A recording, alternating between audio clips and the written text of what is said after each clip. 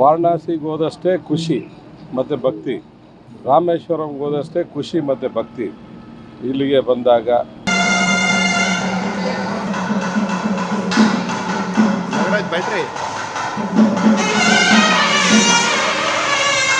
Rameswaram hotel ಅಂತ ಮಾಡಿರೋವಂಥದ್ದು ನಿಜವಾಗ್ಲೂ ಬೆಂಗಳೂರಿನ ಒಂದು ಸಂಸ್ಕೃತಿಯನ್ನು, ಕರ್ನಾಟಕದ ಒಂದು ಸಂಸ್ಕೃತಿಯನ್ನು ಬಿಂಬಿಸುತ್ತೆ.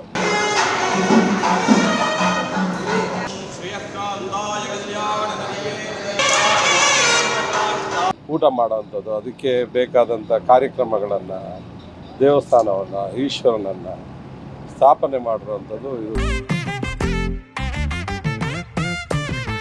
ಇವರ ಒಂದು ಕಾನ್ಸೆಪ್ಟನ್ನು ನೋಡಿದ ಮೇಲೆ ಕೇವಲ ಬಿಸ್ನೆಸ್ಗೋಸ್ಕರ ಮಾಡಿಲ್ಲ, ಇವರು ಸ್ಪಿರಿಚುವಲ್ ಆಗಿ ಮಾಡಿದ್ದಾರೆ, ಒಂದು ದೇವರನ್ನು ನಂಬಿಕೆ ಇಟ್ಟು ಮಾಡಿದ್ದಾರೆ.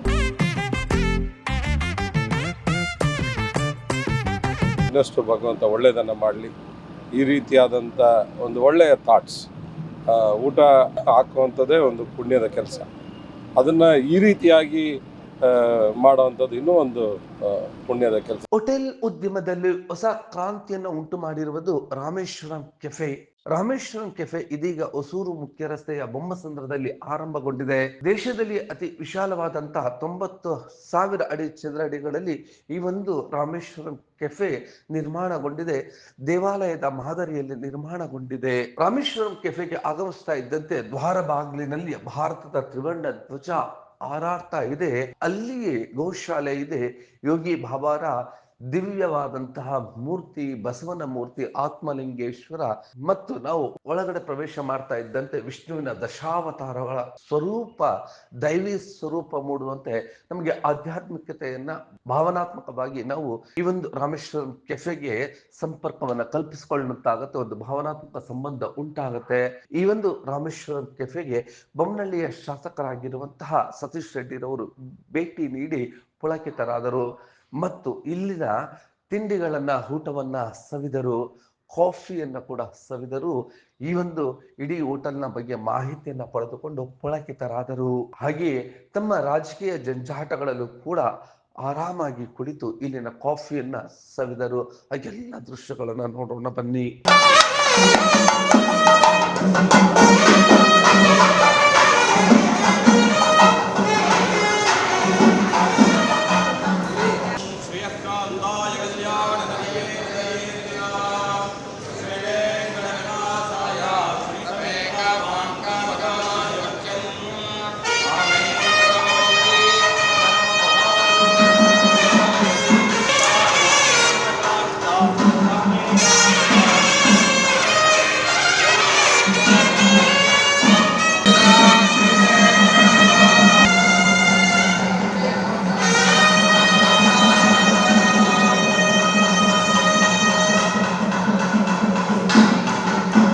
बैटरी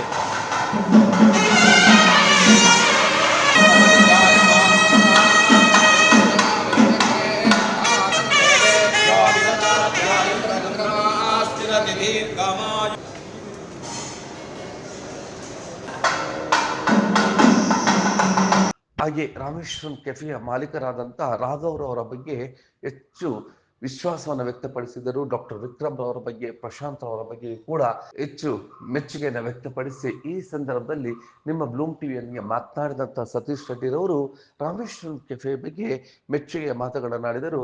ಭಾರತದ ಈ ನೆಲದ ಸಂಸ್ಕೃತಿಗಳನ್ನ, ಇಲ್ಲಿನ ಪುರಾತನ ಪದ್ಧತಿಯನ್ನ ಎಲ್ಲವನ್ನು ಕೂಡ ಕಾಪಾಡಿಕೊಳ್ಳುವಲ್ಲಿ ರಾಮೇಶ್ವರಂ ಕೆಫೆ ಒಂದು ಅತ್ಯುತ್ತಮವಾದಂಥ ಕೆಲಸವನ್ನು ಮಾಡ್ತಿದೆ ಅಂತೇಳಿ ಮೆಚ್ಚುಗೆಯ ಮಾತುಗಳನ್ನಾಡಿದ್ದು ಹೀಗೆ.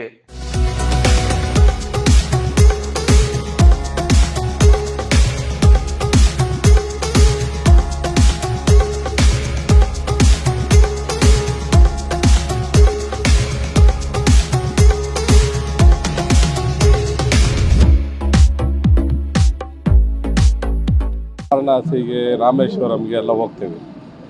ದೇವರನ್ನು ಸ್ಮರಣೆ ಮಾಡಲಿಕ್ಕೆ, ಭಕ್ತಿಯಿಂದ ಪೂಜೆ ಮಾಡಲಿಕ್ಕೆ ಹಿಂದೂಗಳ ಒಂದು ಸಂಪ್ರದಾಯ. ವಾರಣಾಸಿಗೆ ಹೋದಷ್ಟೇ ಖುಷಿ ಮತ್ತು ಭಕ್ತಿ, ರಾಮೇಶ್ವರಂಗೆ ಹೋದಷ್ಟೇ ಖುಷಿ ಮತ್ತು ಭಕ್ತಿ. ಇಲ್ಲಿಗೆ ಬಂದಾಗ ಅವರು ರಾಮೇಶ್ವರಂ ಹೋಟೆಲ್ ಅಂತ ಮಾಡಿರೋವಂಥದ್ದು ನಿಜವಾಗ್ಲೂ ಬೆಂಗಳೂರಿನ ಒಂದು ಸಂಸ್ಕೃತಿಯನ್ನು, ಕರ್ನಾಟಕದ ಒಂದು ಸಂಸ್ಕೃತಿಯನ್ನು ಬಿಂಬಿಸುತ್ತೆ.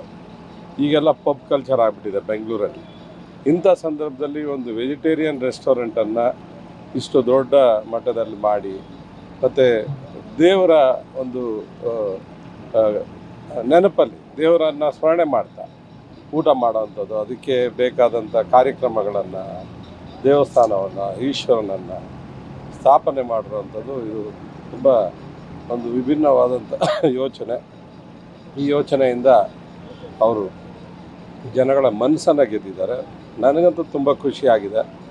ಜನ ಇಲ್ಲಿಗೆ ಬರೋಂಥವ್ರು ಯಾರೂ ಕೂಡ ಇವರ ಒಂದು ಕಾನ್ಸೆಪ್ಟನ್ನು ನೋಡಿದ ಮೇಲೆ ಕೇವಲ ಬಿಸ್ನೆಸ್ಗೋಸ್ಕರ ಮಾಡಿಲ್ಲ, ಇವರು ಸ್ಪಿರಿಚುವಲ್ ಆಗಿ ಮಾಡಿದ್ದಾರೆ, ಒಂದು ದೇವರನ್ನು ನಂಬಿಕೆ ಇಟ್ಟು ಮಾಡಿದ್ದಾರೆ. ಆದ್ದರಿಂದ ಇವರಿಗೆ ಯಶಸ್ಸು ಕಟ್ಟಿಟ್ಟ ಬುತ್ತಿ, ಅದರಲ್ಲಿ ಏನು ಡೌಟ್ ಇಲ್ಲ.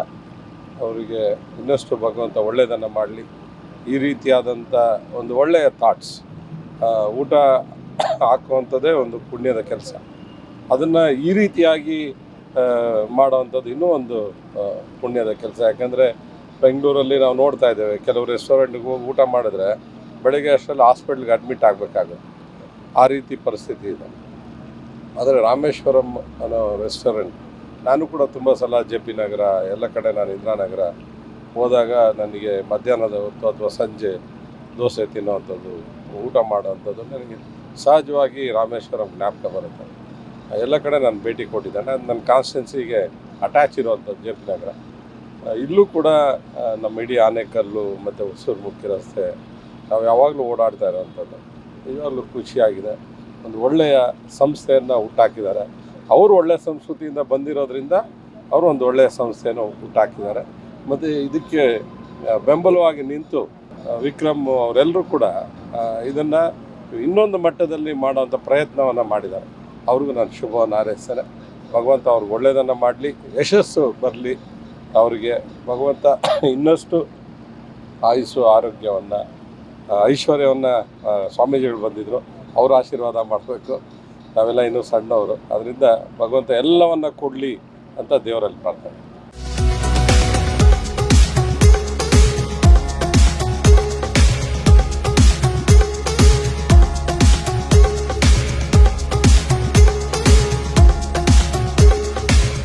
ಒಟ್ಟಿನಲ್ಲಿ ಹೊಸೂರು ಮುಖ್ಯ ರಸ್ತೆ ಬೊಮ್ಮಸಂದ್ರದಲ್ಲಿ ಆರಂಭಗೊಂಡಿರುವಂತಹ ರಾಮೇಶ್ವರಂ ಕೆಫೆ ಗ್ರಾಹಕರನ್ನ, ಧಾರ್ಮಿಕ ಮುಖಂಡರನ್ನ, ರಾಜಕೀಯ ಮುಖಂಡರನ್ನ ಎಲ್ಲರನ್ನು ಕೂಡ ತನ್ನತ್ತ ಸೆಳೆಯುತ್ತಿದೆ.